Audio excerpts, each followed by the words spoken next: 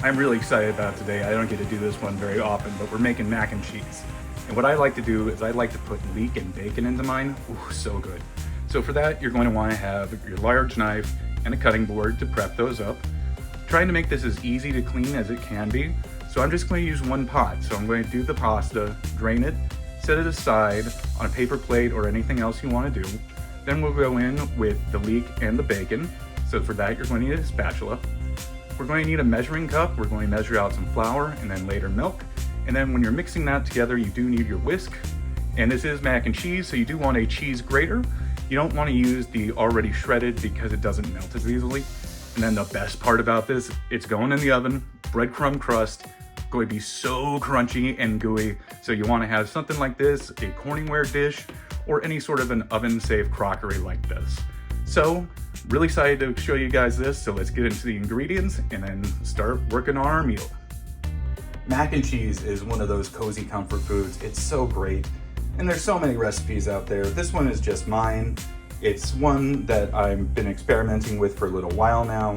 So this is going to be a half version because I'm only cooking for 2 people. So if you're going to cook a whole batch, meaning a whole box, go ahead and just double everything else. So we're going to start with the pasta. Now I'm doing elbows, you can do shells or any of the other ones that are hollow like that. Because if they're hollow or the shell, then the cheese gets everywhere, which is really good. So I like to put some turkey bacon, you could also use regular bacon, and a leek into mine as I'm mixing it around. And when you're cooking that, you're going to want just a little bit of olive oil so nothing sticks to the pan. The spices we're going to use today are a garlic herb blend, pepper, smoked paprika. Now we're doing a bechamel sauce. It's a fancy French term for a mother sauce. It's basically just a roux with some milk or cream. So you're going to need some butter, flour, and milk for that. As far as our cheeses, we're going to do a cheese blend. So I've got a pound here of the extra sharp cheddar and a half a pound of the mozzarella. If you want less cheese than that, feel free. That's just a starting point to get you going. And because we're going into the oven, I want the top to be nice and crispy. So any sort of breadcrumb that you want works great for that. So I'm going to start getting everything prepped, get the pasta boiling, and then I'll show you how to combine this into a delicious dish. Your first step is you're going to boil and drain the pasta. You want to set this aside so it can cool down, but you don't want it to stick either, so just drop a little bit of oil in. You could also melt some butter if you want to. Just stir that around to get everything nice and coated, that way it won't stick later. We want this to be fairly cool when we go in with the cheese mixture because we are going to be putting it into the oven for a good 10-15 minutes, so you don't want it to overcook. The other trick you can do is look at your package. They all say how long you need to boil it for to make it al dente. So mine said 7 to 8 minutes, so I only did 5.5 minutes. It's a little hard if you're just going to have this as pasta, but that way when we put it in and it starts cooking more, it won't just fall apart mushy. So now we're going to start getting the sauce going. We're going to start out with the turkey bacon and the leek, and then work on the bechamel and the cheese. So leeks are a great flavor. They're in the same family as onions and garlic, and it tastes closer to an onion, but a little milder. They're really nice, that's why we're putting them in here. But just to warn you, they're a little bit tough to clean because of how they grow.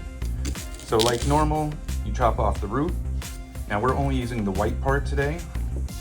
You might use some of the green for a garnish, but just go through. They're pretty hard,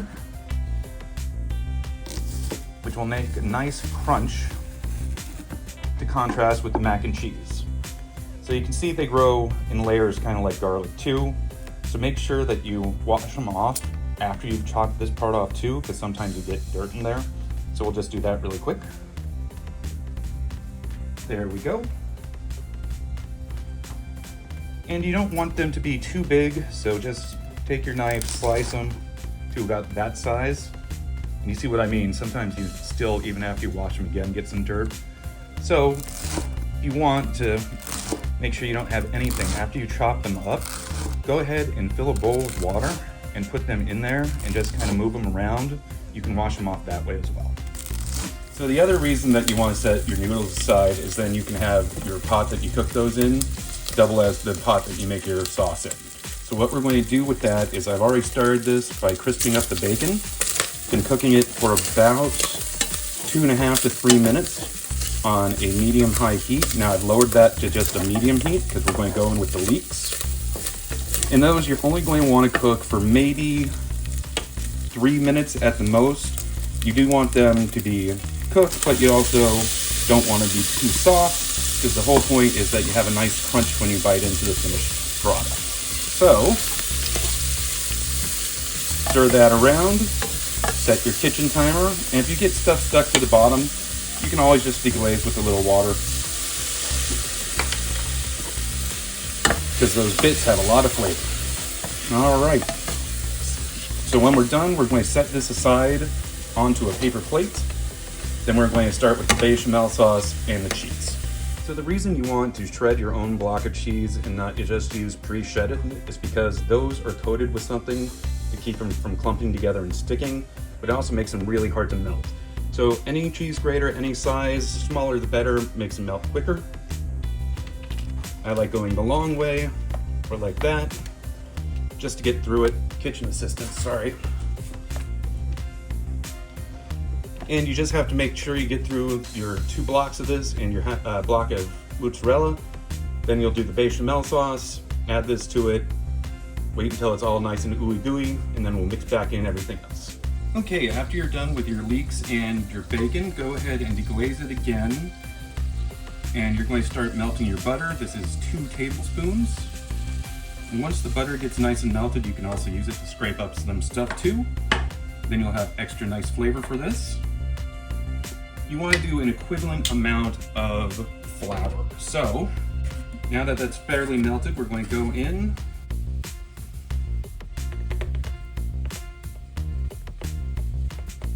If you have a bag and you can measure it better that way, I would definitely recommend it. This is all I have at the moment though.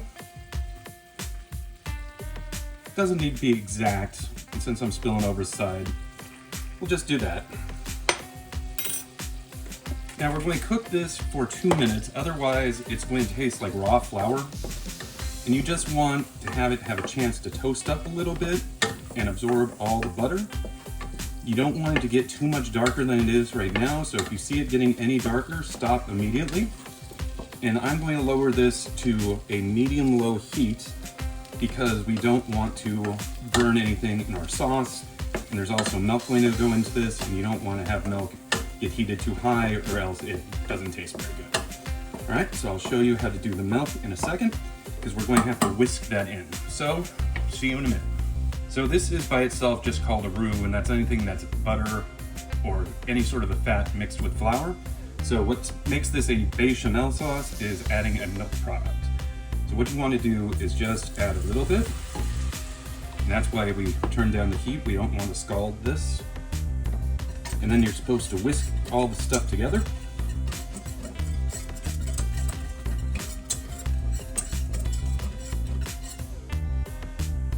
Then add a little more. You can be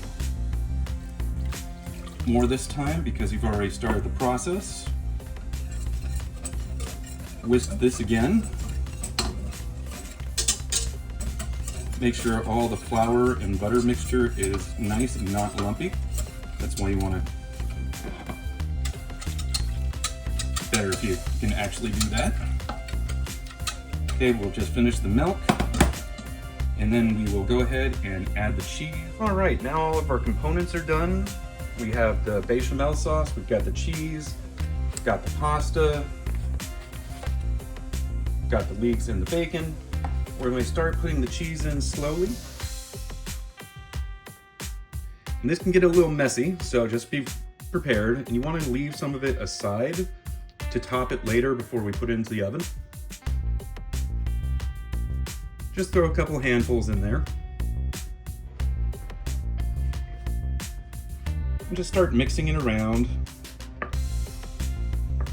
We're on a low-medium heat, so it's already going to melt pretty nicely. As you can see, it's not super melted yet, but we're just going to keep this process going until all the cheese is melted in there. Then I'm going to throw the other things in, and then we'll put it into a Corningware dish. So since this is going to go into the oven, you want it pretty much all the way melted, but you don't need to get it all the way there. still a little bit chunky, you can move the heat up if that's a problem. Just keep moving it so you don't burn any to the bottom. So we're going to call this about done, and I'm going to put the other things in and then go into our dish. And just make sure that you spray the sides so it comes out. Okay, we continue to have this on a medium heat while we're adding the things in. I'd say go ahead and start with your leeks and your bacon first, just so that's all nice and incorporated. Then go ahead and slowly add in the pasta. Kind of like we did with the milk, you want to do a little at a time, stir it in, a little at a time, stir it in. Give yourself more room to work that way.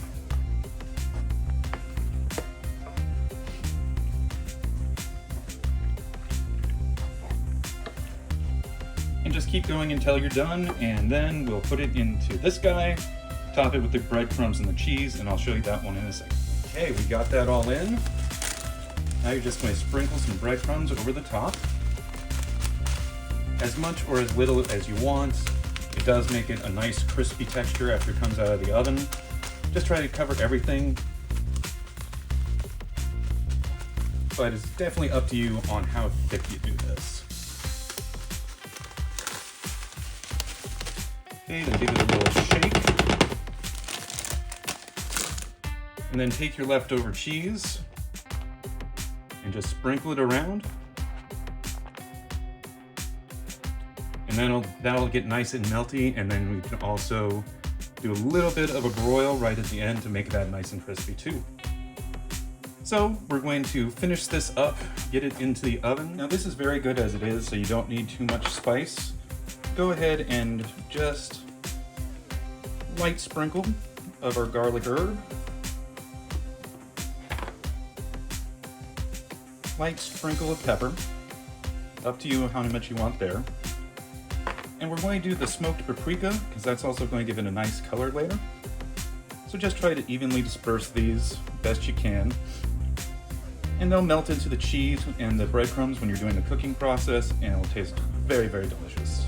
So you're going to preheat your oven or air fryer to about 350 or 375, depending on if it's hot or not.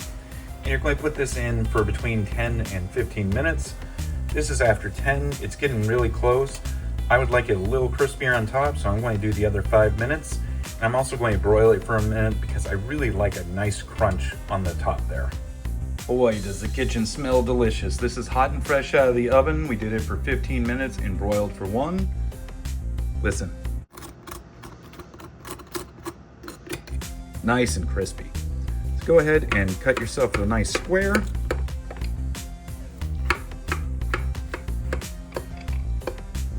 Probably a good idea to keep your glove on. You don't want to burn yourself on the Corningware.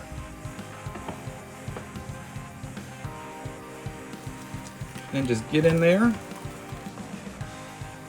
Oh, look at that ooey gooey goodness.